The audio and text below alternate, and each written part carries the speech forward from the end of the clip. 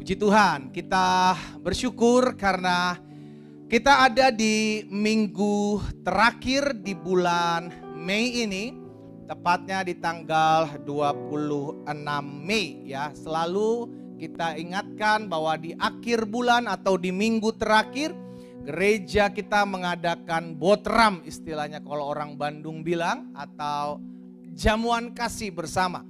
Di mana setiap minggunya, setiap hari minggu terakhir, maksud saya kita akan membawa makanan dari rumah kita masing-masing, kita bawa di gereja, kita akan makan bersama-sama sambil berfellowship. Karena gereja ini saya percaya bukan cuma sekedar datang di hari Minggu, lalu ibadah, lalu pulang, tidak kenal satu dengan yang lain. Tapi gereja ini rindu agar kita saling mengenal orang yang duduk di sebelah kita, orang yang duduk di belakang dan di depan kita. Coba tengok kanan kiri depan belakang, bilang Yesus dahsyat buat hidupmu. Amin. Yes. Ya. Nah, Bapak Ibu Saudara yang dikasih dalam Tuhan, hari ini saya bagikan satu kebenaran firman Tuhan tentang ketulusan. Sama-sama bilang sama saya harus hidup tulus. Bukan tulus seorang penyanyi, tetapi tulus bicara tentang sikap hati. Karena saya percaya Bapak Ibu Saudara yang dikasih dalam Tuhan, orang yang menjalani hidup dengan ketulusan, itu yang melihat dan menolongnya dan menilainya adalah Tuhan. Karena tulus itu sikap hati, dan sikap hati seseorang tidak bisa dilihat oleh sesamanya. Yang kita lihat hanya perbuatan, yang kita lihat hanya apa yang orang lain kerjakan. Tetapi bicara tentang ketulusan adalah bicara tentang sesuatu yang lahir dari hati. Dan yang melihat hati, Bapak Ibu Saudara dikasih dalam Tuhan, bukan manusia. Manusia nggak bisa melihat hati.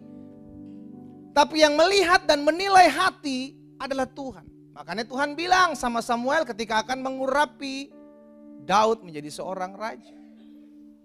Manusia melihat rupa, tetapi Tuhan melihat hati. Nah, saudara yang dikasih dalam Tuhan, setelah saya lihat kebenaran firman Tuhan ini bahwa ada satu janji Tuhan yang Tuhan berikan kepada orang yang jalani hidupnya dengan sebuah ketulusan. Yaitu ada kekuatan di dalam ketulusan, ada pengharapan dalam sebuah ketulusan, ada perlindungan dalam sebuah ketulusan, bahkan ada pembelaan Tuhan dalam sebuah ketulusan. Tetapi kita mesti sadari juga bahwa tulus itu sudah langka di akhir zaman. Dunia di mana kita hidup mengajarkan kalau engkau tulus sekarang, maka engkau akan diinjak-injak orang.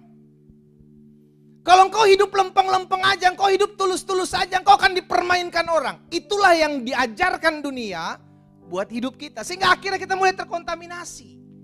Kita bilang benar juga, yang ngapain gue jalan hidup tulus-tulus sama, ya curang-curang sedikit gak apa-apa lah, ya mencong-mencong sedikit gak apa-apa lah. Karena kita sudah diajarkan pola hidup di dunia ini. Bagaimana orang tulus nanti gak akan dapati apapun. Bagaimana nanti orang tulus akan dipermainkan. Bagaimana nanti orang tulus akan diinjak-injak, gak dihargai. Akhirnya tidak sedikit anak-anak Tuhan tidak lagi mau berjalan dalam ketulusan. Tetapi ada motivasi yang gak baik di belakangnya. Dalam melakukan apapun. Saya pelajari di dalam Kamus Besar Bahasa Indonesia atau KBBI. Apa itu tentang tulus? Tulus itu berarti sungguh dan bersih hatinya. Jadi bicara tentang sebuah kesungguhan, bicara tentang sebuah kebenar-benarannya dalam melakukan atau bersih hati. Dan KBBI juga menyatakan bahwa tulus itu adalah benar-benar keluar dari hati yang jujur, tanpa berpura-pura atau munafik. Dalam pelayanan Tuhan Yesus, seringkali Tuhan Yesus menegur orang-orang munafik, ahli-ahli Taurat, orang-orang Farisi, yang hidupnya gak sungguh-sungguh, terlihat di luarnya benar, terlihat di luarnya menjalankan hukum, tetapi dalam hatinya, Yesus bilang seperti tulang belulang. Engkau seperti kubur yang dilabur putih, luarnya bagus, luarnya indah, tetapi di dalamnya penuh dengan tulang belulang. Nah, itu sebabnya saya mau mengajak setiap kita umat Tuhan di tengah-tengah dunia yang semakin hari semakin langka. Orang-orang yang hidup dalam ketulusan, kita harus menjadi orang-orang yang tulus. Taruh tangan kanan kita di dada. Sama-sama bilang sama saya harus belajar hidup tulus. Colek kanan kirinya, kamu harus tulus. Dalam melakukan apapun. Dalam mengerjakan apapun. Kita ayo buat sesuatu. Tanpa memiliki motivasi yang menyimpang. Karena ketulusan. Lahir dari hati yang jujur. Lahir dari hati yang benar. Kita lihat sama-sama. Di dalam Mazmur pasal 41 ayat 13. Mazmur 41 ayat 13 bilang begini. Tetapi aku, Daud bilang, engkau menopang aku karena, saudara tahu apa itu ditopang? Tonggak, berdirinya rumah, berdirinya sebuah bangunan, itu kuat karena ada yang menopang. Saudara lihat dua pilar di belakang Bapak Ibu dan di depan Bapak Ibu. Inilah yang menopang tiang dua ini. Ya, sehingga akhirnya yang di atap ini tidak rubuh. Kenapa? Karena ada yang menopang. Daud bilang begini sama Tuhan, karena ketulusanku engkau menopang aku. Karena ketulusanku engkau menopang aku. Bahkan dia bilang begini selanjutnya, engkau membuat aku tegak di hadapanmu, di hadapan Tuhan. Berapa lama? Selama-lamanya. Orang yang tulus hati itu ditopang Tuhan, kuat berjalan dalam selama-lamanya. Nah, masalahnya ada banyak orang buat sesuatu itu berdasarkan untung rugi. Sehingga akhirnya sulit untuk mendapatkan orang yang berjalan dalam ketulusan. Untungnya saya apa kalau saya berdoa, Pak? Makanya tidak sedikit anak-anak Tuhan berdoa kalau ada butuhnya. Kalau ada perlunya. Kalau lagi gak ada perlu, lagi gak ada masalah, gak ada pergumulan, nantilah berdoa. Makanya jangan salahin kalau Tuhan kasih masalah elu terus. Supaya apa? Supaya berdoa. Karena kita datang pada Tuhan juga bicara tentang untung rugi. Kalau saya berdoa untungnya apa buat saya? Kalau saya datang ke gereja untungnya apa buat saya? Kalau nggak ada untungnya buat saya, buat apa saya ke gereja? Kalau nggak ada untungnya buat saya, buat apa saya menyembah, membaca Alkitab, berdoa? Untungnya apa buat saya, Pak? Kalau nggak ada untungnya, buat apa saya lakukan? Hilanglah ketulusan dalam kita mencari Tuhan. Padahal kita datang kepada Tuhan karena kita sudah diselamatkan, saudaraku. Kita datang kepada Tuhan untuk mengucap syukur karena pengorbanannya di atas kayu salib melayakkan kita. Bukan untuk mencari sesuatu. Ada amin. Jadi Daud ngingatin setiap kita bahwa karena engkau menopang, karena aku berjalan dalam ketulusan. Engkau membuat aku berdiri tegak di hadapanmu karena ketulusanku selama-lamanya. Jadi saudara dikasih dalam Tuhan, ketika engkau melakukan sebuah ketulusan itu diperhitungkan sama Tuhan. Tuhan yang membuat engkau tegak berdiri sekalipun ada banyak orang mencibir engkau. Ya orang kayak gini emang gak bertahan lama. Orang kayak gini emang gak akan kuat. Orang jujur kayak begini mah ya gampang dihabisi. Selama Tuhan yang menopang saya, selama Tuhan yang memegang saya akan tetap kuat berdiri. Gak peduli orang mau ngomong apa. Karena bicara ketulusan adalah bicara hubungan saya dengan Tuhan. Ada yang tahu. Orang yang tulus itu kuat ngadepin cibiran-cibiran orang. Kenapa? Dia gak peduli orang mau ngomong apa tentang dia. Dia gak pusing.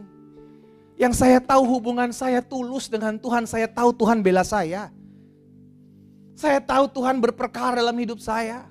Daud punya kesempatan membalas Saul dari belakang. Daud gak buat. Kenapa? Karena Daud tahu ketulusan menopang dia kuat. Tulus aja. Gak ada motivasi yang aneh-aneh. Selanjutnya Daud juga bilang begini dalam Mazmur 26 ayat yang pertama. Mazmur 26 ayat yang pertama dari Daud. Berilah keadilan kepadaku ya Tuhan. Apa dikatakan selanjutnya? Sebab aku telah hidup dalam ketulusan Jadi orang yang hidup dalam ketulusan akan melihat keadilan yang datangnya dari Tuhan. Lu gak usah bela diri, lu gak usah cari pembenaran. Keadilan Tuhan yang akan menyatakan dalam hidupmu. Asalkan engkau tulus. Orang tulus gak usah cari pembenaran. Pendeta, saya ini udah tulus loh cinta sama suami saya. Woi, orang tulus yang ngomong-ngomong. Halo? Orang tulus gak ngomong-ngomong. Tulus ya tulus, jalan aja. Nggak usah diproklamirkan, apalagi tulis di kertas tempel di jidat. Orang tulus. Gak perlu. Berjalan. Karena ketulusan Tuhan akan nyatakan keadilan dalam hidupmu. Jadi bicaranya begini, orang tulus itu Tuhan yang bela, gitu loh saudara.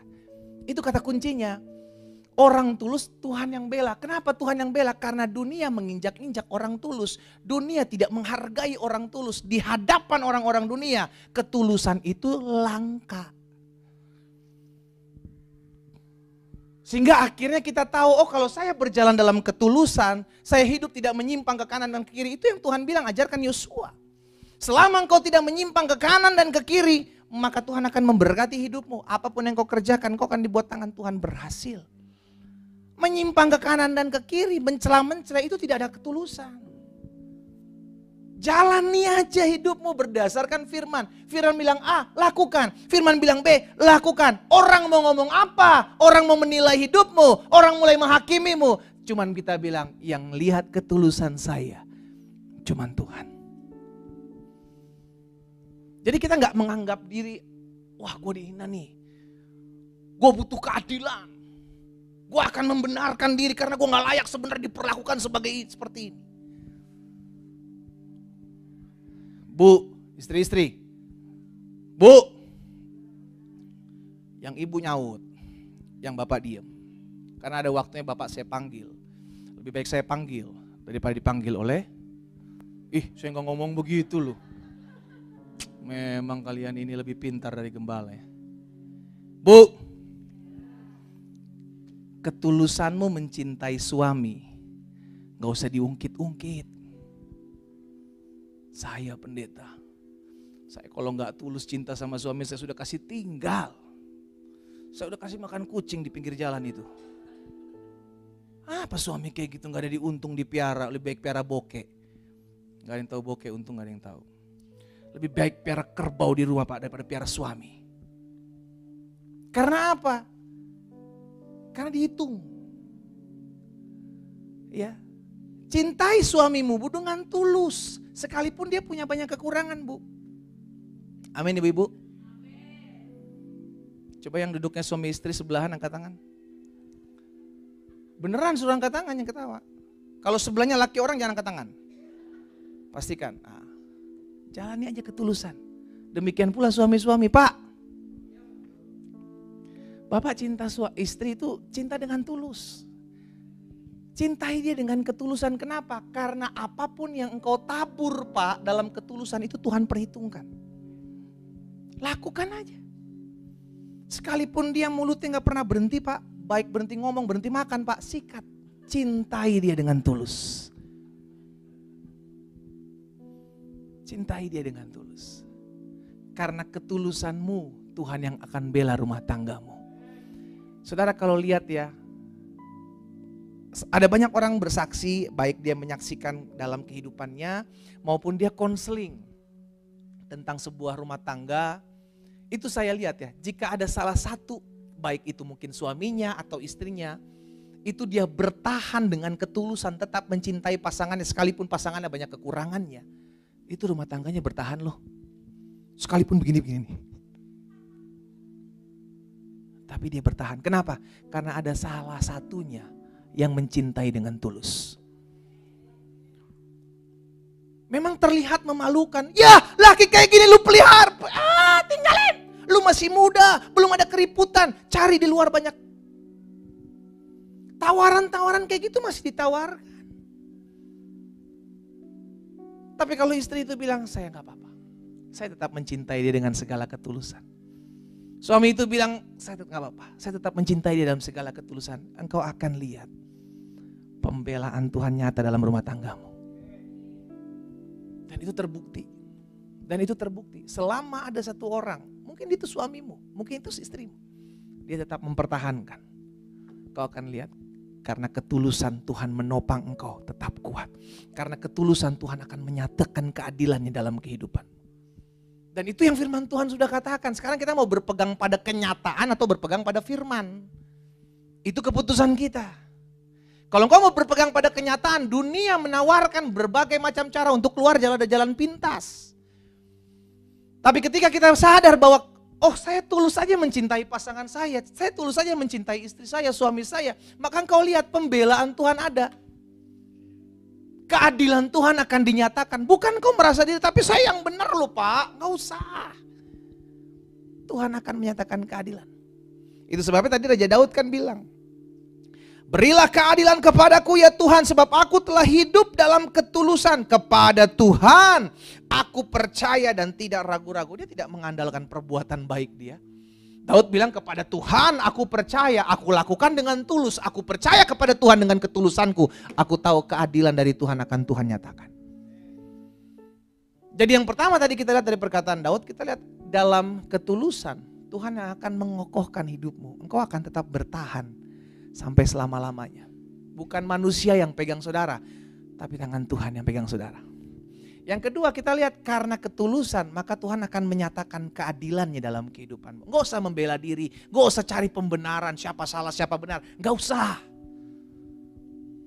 Tuhan hakim yang adil, dia tahu siapa yang salah, dia tahu siapa yang benar. Hanya bicara tentang waktu, penyingkapan itu akan ada. Penyingkapan itu akan dinyatakan. Ya, kita lihat Amsal pasal 14 ayat 32.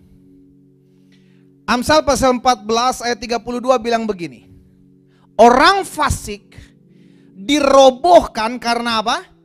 Kejahatannya. Tetapi orang benar mendapat perlindungan. Karena apa? Bukan karena perbuatanmu. Engkau mendapat perlindungan bukan karena apa yang kau buat. Engkau dapatkan perlindungan karena sikap hatimu tulus kepada Tuhan. Engkau dapatkan perlindungan. Lihat dari pembacaan firman Tuhan 3 ayat ini aja kita udah dapat. Karena ketulusan seseorang, orang mendapatkan kekuatan untuk tetap terus bertahan. Karena ketulusan, seorang mendapatkan keadilan yang berasal daripada Tuhan. Dan karena ketulusan yang ketiga, orang mendapatkan perlindungan. Cuma gara-gara kerjain satu hal, tulus. Baru tulus. Itu yang akan Tuhan buat dalam hidup saudara dan saya. Cuman bagian kita tulus aja. Suatu kali Abraham ketemu dengan Raja Abimelek di Gerar, Bapak Ibu, membawa Sarah istrinya. Tiba-tiba Raja Abimelek tanya, siapa dia? Abraham takut. Karena jangan-jangan nanti kalau gue bilang Sarah istri gue dibunuh lagi. Diambil lagi Sarah menjadi istri. Akhirnya dia bilang dia saudara saya. Akhirnya karena dibilang saudara Abimelek, angkatlah dia untuk menjadi istrinya. Tapi Tuhan tegur Abimelek. Dalam mimpi Tuhan bilang, engkau sudah berbuat salah. Apa yang kau lakukan terhadap orang benar ini? Abimelek komplain sama Tuhan, Tuhan aku gak salah. Orang ini gak mengaku bahwa dia istrinya, dia mengaku bahwa dia adalah saudaranya. Kalau dia istrinya gak akan saya ambil karena saya tahu dia istrinya. Tuhan bilang apa sama Abimelek? Kita lihat sama-sama dalam Kejadian 20 ayat 6. Kejadian pasal 20 ayat 6. Lalu berfirmanlah Allah kepadanya dalam mimpi. Aku tahu juga bahwa engkau telah melakukan hal itu dengan hati yang tulus. Maksudnya begini, Abimelek karena dia nggak tahu Sarah adalah istri Abraham, ya dia ambil. Kecuali kalau dia tahu bahwa Sarah adalah istri Abraham, dia nggak akan lakukan. Kalau dia tahu itu adalah istri Abraham, maka dia ambil, dia berdosa di hadapan Tuhan. Tapi karena dia tidak tahu, itu pun berdasarkan karena Abraham bilang dia bukan istri saya, dia adalah saudara saya. Karena Abraham ketakutan. Maka dia ambil. Tuhan lihat bahwa hatinya nggak salah, hatinya tulus. Ya kan?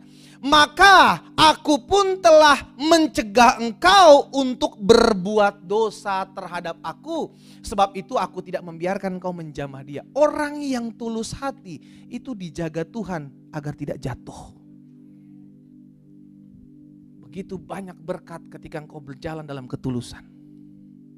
Orang yang tulus hati tidak dibiarkan Tuhan berjalan dalam kejatuhan. Gak akan diizinkan Tuhan kau jatuh. Kenapa? Karena hatimu tulus. Sehingga ketika ada jebakan Batman di depanmu untuk membuat engkau jatuh dalam dosa, Tuhan tak jaga. Karena engkau punya hati yang tulus. Nah masalahnya Bapak Ibu Saudara dikasih dalam Tuhan, seperti tadi saya bilang dari awal. Hati yang tulus di dunia ini, apalagi di akhir zaman ini, itu sudah langka. Karena itulah yang tercatat dalam firman Tuhan, di hari-hari terakhir akan datang masa yang sukar. Orang akan mencintai dirinya sendiri. Kalau orang mencintai diri sendiri, itu akan sulit hidup dalam ketulusan. Karena hubungan satu dengan yang lain perlu tulus. Tapi kalau dasarnya adalah mencintai diri sendiri, dasarnya adalah keegoisan, me, myself, and I, maka sulit untuk berjalan dalam sebuah ketulusan. Bagaimana engkau tulus kalau engkau masih mementingkan dirimu sendiri?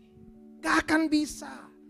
Selalu yang kau buat adalah apa yang menguntungkan saya, apa yang membuat saya naik, apa yang membuat saya diberkati. Itu yang akan kita pikirkan kalau kita mencintai diri sendiri.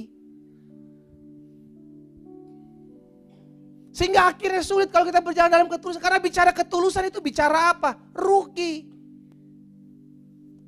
Masalahnya gak ada orang yang mau rugi. Selalu bicaranya untung rugi, untung rugi, untung rugi. Kalau ada untung saya kerjakan, kalau ada rugi saya kerjain. Ngapain gue kerjain kalau gue rugi? Kalau saya buka usaha tentu saya akan cari untung. Gak saya buka usaha, labanya berapa? Waduh minus, oke kita buka. Gak ada. Pasti selalu cari untung. Nah akhirnya saudara yang dikasih dalam Tuhan, ini yang saya mau bagikan. Bagaimana kita tetap bertahan, berjalan dalam ketulusan, sekalipun kita tinggal di tengah dunia yang sudah hilang dalam ketulusan. Yang pertama, bagaimana seseorang dapat berjalan di dalam sebuah ketulusan, sekalipun kita masih tinggal di dunia yang sudah hilang ketulusan. Yang pertama, ketika kita menyadari, sama-sama bilang sama saya harus sadar.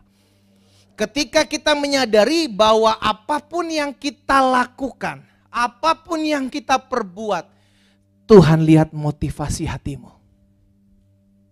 Apa yang kau kerjakan? Tuhan lihat motivasinya. Kita nggak bisa berbohong di hadapan Tuhan. Tuhan tahu bahkan jauh sebelum engkau berbuat sesuatu.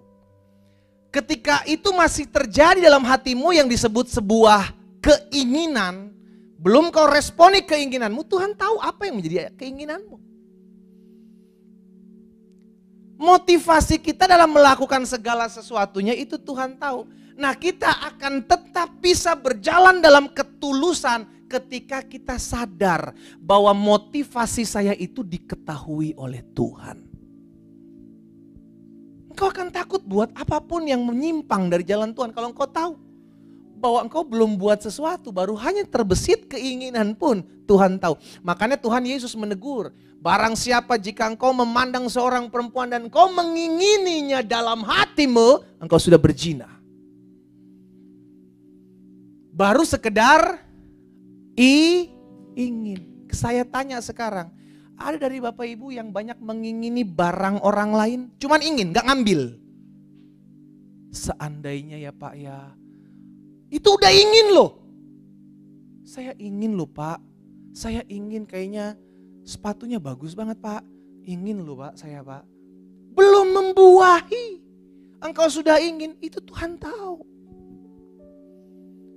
Ini sebuah contoh maksudnya, supaya kita sadar bahwa apapun yang terbesit di hati kita tuh Tuhan tahu. Termasuk segala motivasimu. Engkau tolong orang, engkau bantu orang. Apa motivasi di belakang itu Tuhan tahu. Orang yang kau tolong gak tahu. Orang yang kau bantu itu gak tahu. Tapi Tuhan sampai tahu, lu manusia munafik ada maksud lu.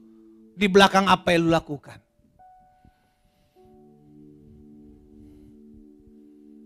Ada udang. Apa? Di bawah. Di bawah. Botram nanti ada udang. Lambat banget mikirnya. Ada udang di bawah. 2 kali saya kasih tahu. Yang ketiga ada udang. Tapi nanti tunggu doa berkat. Baru kita turun cari udang. Kita berharap ada benar-benar udang itu. Kalaupun tidak, kita tetap bersyukur. Sekalipun tidak ada yang betul. Jadi motivasi kita Tuhan tahu.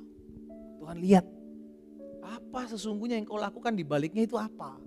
Tujuanmu apa? Pengen dipuji. Pengen diagung-agungkan. Makanya orang-orang seperti ini ya Bapak Ibu ya. Kalau kita lihat nih, terus udah tolong orang, udah bantu orang, udah support orang, tiba-tiba dia ditusuk oleh orang yang sama yang dia tolong, itu gak bisa makan sebulan. Gak bisa tidur sebulan. Kenapa? Dia mikirin jahat banget nih orang ya. Gua udah tolong, gua udah bela, dia sikat gua dari belakang, gua udah tolong, gua udah bantu, dia tusuk gua dari belakang. Karena motivasinya bukan untuk pekerjaan Tuhan, bukan untuk kemuliaan Tuhan, bukan untuk memang dalam ketulusan, tetapi ada sesuatu yang kembali kepada saya. Supaya saya dipuji-puji, supaya saya diagungkan, supaya saya diomongin nih orang nih bagus loh, tolong saya, bantu saya begini. Kan Yesus sudah ngajarin bahwa apapun juga yang engkau perbuatlah seperti untuk Tuhan, bukan untuk manusia. Jadi ketika kita buat sesuatu, kita dihianati, kita buat sesuatu justru kita diomongin, kita tetap enjoy. Kenapa enjoy? Karena saya lakukan semuanya untuk Tuhan, bukan untuk manusia. Sehingga kalau manusia itu mengecewakan saya kembalikan sama Tuhan. Tuhan, saya berjalan dalam ketulusan, Tuhan akan menyatakan keadilanku. Itu aja. Jadi yang pertama bagaimana kita bisa berjalan dalam ketulusan sekalipun kita tinggal di tengah-tengah dunia yang hilang ketulusan. Yang pertama ketika kita menyadari bahwa apapun yang kita lakukan Tuhan melihat motivasi kita. Yang kedua, bagaimana kita dapat jalani hari-hari hidup kita dalam ketulusan sekalipun kita tinggal di dunia yang kehilangan ketulusan ini. Ketika kita selalu mendekatkan hati kita kepada Tuhan. Saudara, yang Tuhan cari itu hati. Sama-sama bilang sama saya, hati yang Tuhan cari. Hati saudara dan saya itu dicari Tuhan untuk apa? Untuk diubahkan. Karena setiap kali manusia datang kepada Tuhan, yang Tuhan ubahkan pertama kali adalah hatinya. Sehingga hati yang baru aku berikan kepadamu, kata firman Tuhan. Sehingga ketika hati itu sudah diubahkan, maka hati itu akan berjalan dalam ketulusan. Nah, hati yang tulus kita tinggal minta sama Tuhan. Tuhan, berikan saya hati yang tulus. Ngadepin suami saya, ngadepin istri saya, ngadepin mertua saya, ngadepin menantu saya, ngadepin teman-teman sepelayanan. Berikan aku hati yang tulus. Sehingga gak ada motivasi apapun di belakang dari apa yang kita buat, saudaraku. Ya, pastikan setiap kita ketika kita menyadari selalu dekatkan diri kita kepada Tuhan, hati kita kepada Tuhan, maka Tuhan akan ubahkan. Coba lihat dalam 2 Korintus 1 ayat 12. Ini yang Rasul Paulus katakan kepada jemaat di Korintus. Ketika ada perselisihan pada saat itu. 2 Korintus pasalnya yang ke-1 ayat yang ke-12. Firman Tuhan bilang begini.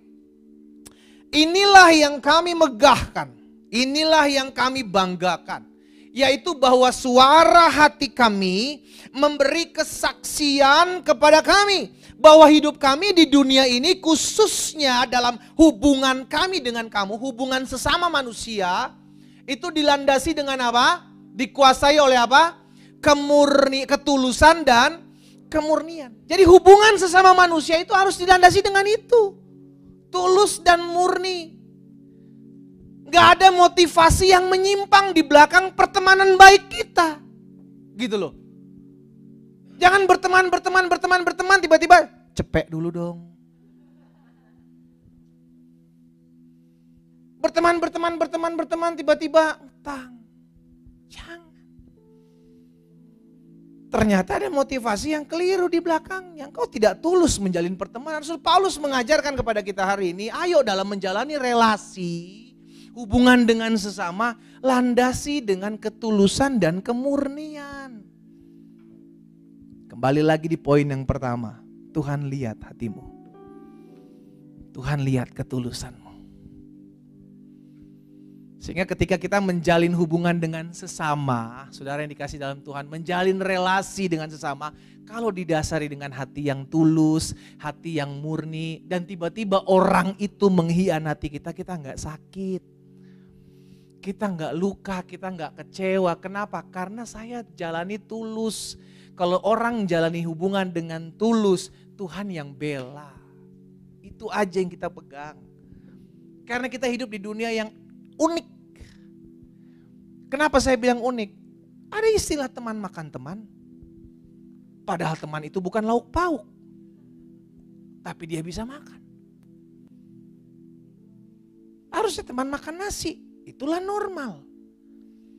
Tapi inilah dunia yang unik saya bilang. Teman bisa makan. Colek kanan kirinya bilang jangan makan gue lu.